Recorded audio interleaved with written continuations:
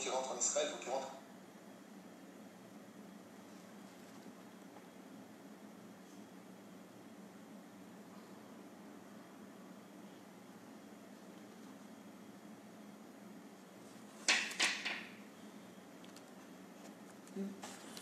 Tov Shuv Boker Tov Beshem Hashem Naaseh Venatzliach Sheniske Lagdil Torah Ladira. On est aujourd'hui, donc le matin, jeudi 11 du mois de juin, le Yutet du mois de Sivan, Echem Tovim Shalom.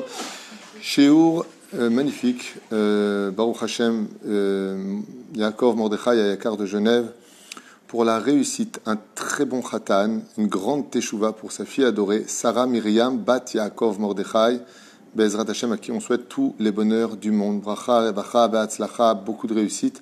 Et je pense que le plus beau cadeau pour une femme juive, c'est de créer sa maison avec un bon khatan et de bons enfants sur le chemin de la Torah, des mitzvot et des bonnes actions, avec beaucoup de respect, beaucoup d'harmonie, beaucoup de joie et beaucoup de shalom.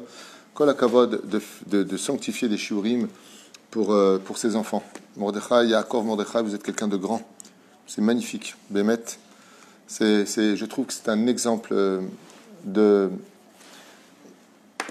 ce qu'il fallait faire. En d'autres termes, vous savez que quand on a des enfants, c'est pas big deal que ça marche, que l'éducation marche, mais quand on fait tout, et quand on devient un exemple soi-même, jusqu'à en acheter des shiurim pour que ça porte du mérite dans le ciel, en disant à Dieu, regarde, je veux même sanctifier de la Torah pour que mes enfants fassent teshuva, mes enfants soient sur le chemin des mitzvot, eh bien, ça n'achète pas tout, mais en tout cas, ça démontre une grande volonté et un choix pour ses enfants. Maintenant, qu'eux ils fassent teshuva ou pas, qu'eux ils veulent ou pas, qu'eux ils sont intéressés ou pas, c'est la valeur du libre arbitre. Mais est-ce que nous, on a prié pour cela? Vous savez, on prie souvent pour des problèmes de santé, pour des problèmes de parnassa, de shlam bayit. Est-ce qu'on prie, est-ce qu'on pleure pour que nos enfants fassent teshuva? Zot Hashelak de la, le plus important de tous, c'est justement d'avoir des enfants dans la Torah, parce que c'est le seul héritage qu'on laisse sur terre. Tout le reste, comme la fortune, comme les immeubles, ça passe de main à main. Il n'y a rien qui sort de ce monde, rien qui sort de la stratosphère, il n'y a rien qui sort du monde dans lequel on vit. Ça ne passe que de main en main. Sans plus tarder, il faut acheter pour vous tous une grande aslacha, Bezrat Hashem, une fois de plus, Meir, Soufan et Sarah Todaraba pour ce merveilleux mitkan, avec de la lumière qu'on utilise déjà ici. Donc c'est ton mérite, que Dieu éclaire tes voies. Merci à tous ceux qui nous soutiennent par le biais de PayPal, virement bancaire et autres, pour Bezrat Hashem, pour ce qu'on fait. Grâce à vous, on a pu payer en grande partie l'Abrechim le 10 du mois.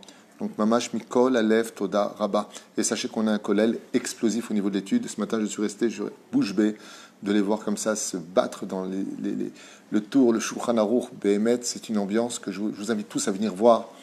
Où va votre argent? Comment les choses se passent? Waouh, c'est extraordinaire. D'ailleurs, la raison pour laquelle je suis à la maison, alors que je pourrais faire les cours au Beth Midrash, c'est qu'ils étudient. Et donc, je ne peux pas mêler l'un à l'autre. On a pris l'habitude depuis le confinement de rester à la maison. Et c'est vrai que j'arrive plus facilement à faire plusieurs cours ici pour pouvoir d'abord et avant tout partager la Torah avec vous et en même temps pouvoir le faire dans le calme. Jolie ambiance. Je sais qu'il y en a qui ont peut-être marre du pot de fleurs derrière, mais c'est la maison dans laquelle je vis avec mon épouse. On est avec David Amelech. On a vu ensemble que le roi David était un homme qui avait énormément de Yetzer Hara. Il est né, le Zohar HaKadosh nous dit que la Neshama de David était remplie de ronces, c'est-à-dire de Yetzer Hara, comme un buisson bichelal de ronces aurait pu être pris en symbole. Et le roi David a travaillé toutes ses pulsions. C'était un homme à femme, il a travaillé sa gdusha, c'était un homme qui aimait verser le sang, il a traversé vraiment des époques et des moments extrêmement durs, toujours mal jugé, toujours incompris. Le roi David est un personnage qui a vécu une souffrance tellement grande qu'il a été capable d'en écrire Ruach HaKodesh, le livre des Tehilim, qui parle et qui nous sauve de toutes les situations. Tu as un problème de santé, ce qui fut le cas du roi David, Tehilim. Tu as un problème de pauvreté, ce qui fut le cas du roi David, lis les Tehilim. Tu as un problème avec un mishpat, tu as un procès, lis les Tehilim. Tu as perdu quelqu'un, le roi David a perdu son fils, il en a perdu même plusieurs, lis les Tehilim. Il a été trahi par ses enfants, lis les Tehilim. Il a des enfants qui s'est assimilé, lis les Tehilim. Pourquoi? Parce que comme le roi David a écrit les Tehilim qui parlent de toutes les situations, 150 Tehilim que l'on peut avoir dans nos vies, c'est-à-dire que à chacun de nous, bon, chacun a son lot de souffrances. Il y en a qui n'ont pas la santé, mais ils ont la parnassa. Il y en a qui n'ont pas la parnassa, mais ils ont le shlom bayit. Il y en a qui n'ont pas le shlom bayit, mais qui ont, Baruch Hashem, au moins des enfants. Il y en a qui... Chacun, le roi David, il a tout eu. Tous les malheurs du monde, il les a eus. Et pourquoi? Vous savez, que le Mashiach qu'on attend tous, on ne dit pas Mashiach ben Yehuda, alors qu'on sait que le Mashiach ne peut venir que de la tribu de Yehuda. C'est quand même curieux de dire Mashiach ben David. Et pourquoi avant David? Pourquoi tu ne dirais pas Mashiach ben Ruth ou Mashiach ben Ishaï? Arrête. À partir du moment où tu as Mashiach qui vient, tu peux tout à fait dire ou définir Mashiach ben Tamar, puisqu'il vient aussi de Tamar. Il vient de Boaz, Mashiach ben Boaz, Mashiach ben Shlomo Ameler. Vous avez compris le principe. La raison pour laquelle on dit Mashiach ben David et non pas Mashiach ben Yehuda ou autre chose, ou ben Yaakov, ou Abraham, Yitzhak, c'est tout simplement parce qu'il y a un rapport entre la fin des temps du dévoilement du Mashiach et la vie pourrie du roi David, tout simplement. Et c'est ce qu'on va étudier maintenant. C'est-à-dire que le roi David a vécu à Kol Be'astarat Panim. Il a vécu toute sa vie ces épreuves dans une espèce de... On dirait que Dieu n'était pas Kiverchol avec lui, et à un tel point qu'il le recherche. Shir Ma'alot, Shir La Ma'alot. Il essaie de le faire remonter à Kadosh Baruch Hu en lui disant Shiviti Hashem Lenegdi Tamid, moi je t'ai mis devant moi pour toujours. Mais pourquoi tu n'es pas avec moi? C'est pas que David disait que Dieu n'était pas avec lui. Mais on ne voit pas chez le roi David de grands miracles. On peut en voir dans les Midrashim, quand Goliath l'a jeté dans les airs et qu'il est resté suspendu, quand le Rehem, ce grand taureau, l'a éjecté dans l'espace et qu'il est redescendu. Il y a des trucs comme ça. Dans le tachlès des choses, on ne voit pas de trucs comme les 10 plaies d'Égypte avec le roi David. Et quand il doit se battre, s'il saigne, il saigne. S'il est malade, il est malade. Quand il a froid, il faut une couverture ou plutôt une femme sur lui. Enfin, c'est très spécial. Le roi David, on dirait que Dieu, il est avec lui, mais effectivement, il est moustar. Alors, regardez ce que nous disent les Chachamim à propos de la fin des temps et le roi David, mamash très intéressant. Et pourquoi on dit d'ailleurs Mashiach ben David et non pas Mashiach ben quelqu'un d'autre. On va Basfarim Akdoshim, chez Adorot, chez Lifnei Geoula. On voit dans les livres saints que les générations qui précéderont juste le moment de la Geoula finale, qui est très très très très proche, mais je suppose que ça vous saoule de l'entendre, Yesh Lahem Kesher Pnimi Va'amok im David Ameler. Parce qu'en réalité, la fin des temps est en relation très profonde avec la biographie du roi David. Et c'est pour cela qu'à la fin des temps, la génération de la Géoula vivront, tous les juifs de cette génération, les épreuves et la vie du roi David. Manque d'amour, manque d'affection, embrouille avec les parents, un truc de fou. Shel Astarat Panim. Et on se demandera, mais t'es où Dieu? Pourquoi ça se passe comme ça? Pourquoi autant de divorces? Comme David il se marie avec Michal, fille du roi Shaoul, tac, 2 ans plus tard, il lui donne déjà le guet. Et les critiques, mais qu'est-ce qu'il y a? J'ai ma place, j'ai pas ma place, on ne sait pas s'il est roi, s'il est pas roi, je suis le mari, je suis pas le mari, je suis quoi dans l'histoire? On dit, tu sais pourquoi on dit ma chère Ben David? Ma chère Ben Yehuda? Non. Parce qu'à la fin des temps, la génération qui vivra la Géoula auront la vie du roi David. On sera tous quelque part des juifs. La chose qui nous réunira le plus, le symbole, c'est la Magen David, plus que toutes les autres générations qui nous ont précédés, y compris celle de la Shoah. La Magen David, on a voulu détruire la vie du roi David, remettre en question la légitimité de la royauté et du judaïsme du roi David. Qui est juif, qui ne l'est pas? Et il dit, ce sera comme ça à la fin des temps.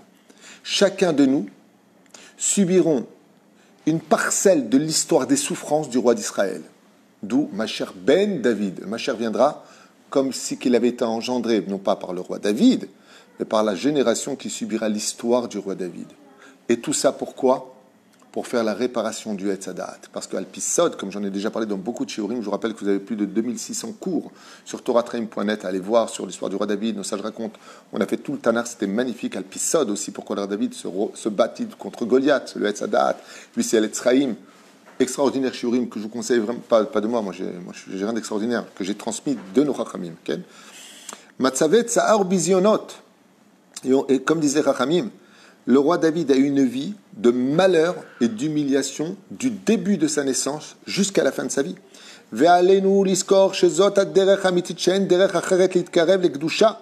Car tout celui qui veut s'approcher vers le dévoilement de la Kedusha doit passer automatiquement par ce bisayon. J'aimerais vous dire quelque chose. Vous voyez un accouchement. Bon, nous les hommes, on n'a pas le droit de voir sa femme accoucher, c'est assourd. On n'a pas le droit de la voir à l'Enida, on n'a pas le droit de s'approcher. En plus, ça peut nous éloigner, ça peut nous choquer. Mais quand naît un enfant, sa mère est nida. Souvent, la femme peut uriner ou voire même déféquer, pendant qu'elle pousse, pour avoir cet enfant. Il dit, tu vois, l'enfant, il est pur. Quand un enfant naît, il n'a aucune avéra sur lui. Il est pur. Mais avant d'être né dans la pureté, il est passé par l'impureté. Il est passé par les excréments, il est passé par la souffrance, il est passé par des mauvaises paroles. Parce qu'il arrive souvent que la mère, quand elle pousse, elle a tellement mal qu'elle hurle, qu'est-ce que je fais? J'en veux plus, j'en veux pas, je renonce. À ce point-là, ils disent les Chachamim, quand viendra la Géoula, si le peuple d'Israël n'est pas tous Shomer Shabbat, si on ne fait pas une réelle Teshuvah, alors la Kedusha ne peut pas s'acquérir si ce n'est que par le bisayon, par les épreuves, par la remise en question, par l'humiliation, les Skod Ba'anava Amitit, jusqu'à ce qu'on devienne extrêmement humble et qu'on se remplisse d'émouna et qu'on parle avec Hachem. Bli shena avod astarot panim ou bisionot, bijvil she'air banu or Hachem anu mukhrachim la'avor derech hazot. Et donc il n'y a pas d'autre moyen. Si le peuple d'Israël ne symbolise, c'est pour ça qu'on dit que David Melech Israël, Hay vekaim, il était le roi d'Israël. Et pourtant à l'époque du roi David, le peuple ne vivait pas dans le shalom. Il y avait beaucoup de guerres. Il dit pourquoi? Parce qu'il y a eu un manque d'humilité. Et le roi David a dû porter sur lui toute l'humilité du peuple d'Israël. Pour vous dire à quel point ce personnage était hors du commun. Il a été accusé de choses fausses. Shem Ishmael, on l'a traité d'homosexuel, on l'a traité de tout. Il a tout eu. On l'a traité de voleur, on l'a accusé d'homme à femme. Haine. Et la Gemara nous dit, tout celui qui dit que le roi David a fauté se trompe. Mais pourtant, on lui compte une fois dans le Télim 51, le prophète Nathan vient le voir et lui dit, t'as fauté avec Bathsheba. Qu'est-ce qu'il dit le roi David? Au lieu de dire au prophète Nathan, dis-moi, t'es prophète, toi? Toi, t'es prophète? Tu vois les choses? Tu sais pas que ce que j'ai fait, c'était les Shem Shamaim? On en parlera au moment opportun, Bezrat Hashem. Ou comme David Amelech Zacha Bisrut Aitraskut Agdola Sheitalo. Et tout comme le roi David, c'est grâce au fait qu'il se soit rempli d'une émouna absolue et d'une humilité sans pareille, qu'il a pu surmonter tout cela. Et c'est ce que veut Hachem à la fin des temps. Il nous demandera une humilité absolue et une émouna de fer. Même si le roi David ne voyait pas Hachem le sauver spécialement de toute chose, même s'il en fait des éloges à maintes reprises, mais sa vie, si quelqu'un venait l'attaquer, le mec il ne restait pas paralysé. Il fallait qu'il sorte son épée, qu'il se défende et qu'il le tue. Sinon, il mourrait lui. Comme par exemple, il a été prisonnier chez les Philistins, il a demandé à Dieu de l'aider à devenir fou. Et d'un coup, il a joué le fou avec de la bave qui tombait, les yeux qui étaient comme ça. Et pourquoi Dieu ne l'a pas mis dans une espèce de bulle où il était intouchable, où là, simplement il aurait déplacé son corps de là où il était chez les Philistins en Eretz Israël? Il n'a pas eu de miracle niglé, dévoilé. Et donc, on dit comme ça qu'à la fin des temps, on se demandera s'il y a de la place pour Dieu dans le monde moderne dans lequel on vit, avec tous les films qui sortent tous les mois au cinéma, avec les voitures qui vont hyper vite, avec le modernisme qu'on a. On se demande si Dieu il a une place pour nous. C'est exactement ce qu'a vécu le roi David. Est-ce qu'il y a une place encore pour Dieu dans ce monde? Et le roi David, non seulement n'a pas un Dieu qui se dévoile spécialement à lui, mais c'est lui qui dévoile Dieu. Et ça, c'est le tafkid de la fin des temps de la génération. Car Gam Anachnu Bedor Igva de Meshicha. Et ainsi, Bezrat Hashem, à la fin des temps, à la génération qui dévoilera la venue du Mashiach Be'emet, Tzrichim Le'echos Be'midato Ve'liot Chazakim Be'da'atenu. Et nous, on devra tous ressembler au roi David, de reprendre notre place, notre humilité, Bezrat Hashem, et nous remplir d'une émouna grâce au Teilim. Combien il sera impératif de lire des Teilim tous les jours. Mais Belilit Yaesh, sans perdre espoir, ou Lit Yatsev, et surtout ne pas tomber dans la tristesse, car le roi David a réussi toutes ses épreuves parce qu'il a gardé le sourire.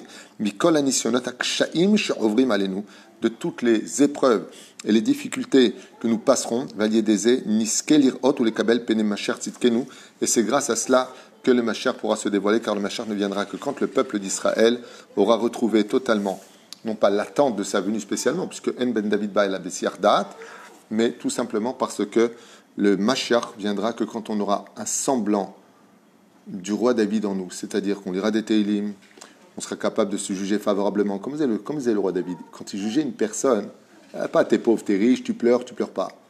Il jugeait droit. Mais après le jugement, il descendait, il disait au pauvre, tu lui dois de l'argent, il faut que tu le payes, tu as 2 jours. Il dit, mais je sais pas, comment je vais faire? Il lui dit, voilà, l'argent et paye-le. Il dit, comme ça, ce sera la fin des temps.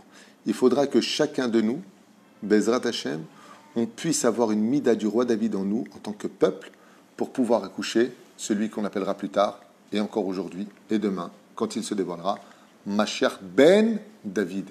Le Mashiach ne viendra que quand il sera engendré par la génération de ceux qui se sont comportés comme le roi David, qui malgré toutes ces injustices, malgré toutes ces humiliations, malgré toutes ces difficultés, les kshaim de la vie, comme on dit, les difficultés de la vie, ont gardé le sourire, ont gardé l'espoir, ont gardé la émouna, ont lu les télim qui correspondaient à chaque jour, en attendant tous les jours, en regardant le ciel avec beaucoup d'humilité, et ils verront, eux, des miracles qu'on appelle astarat panim, des miracles qui se dévoileront par la nature, mais qui les sauveront de toute difficulté pour provoquer la naissance du Melech HaMashiach. C'était peut-être pas très long, mais ça vaut de l'or. Magnifique shiur, en tout cas pour moi, sur une période qui nous concerne tellement à propos du roi David, pour la grande réussite et la teshuva de Sarah Myriam Bat Yaakov Mordechai, un très bon khatan cette année, et tous les bonheurs du monde. À tout de suite pour le troisième shiur.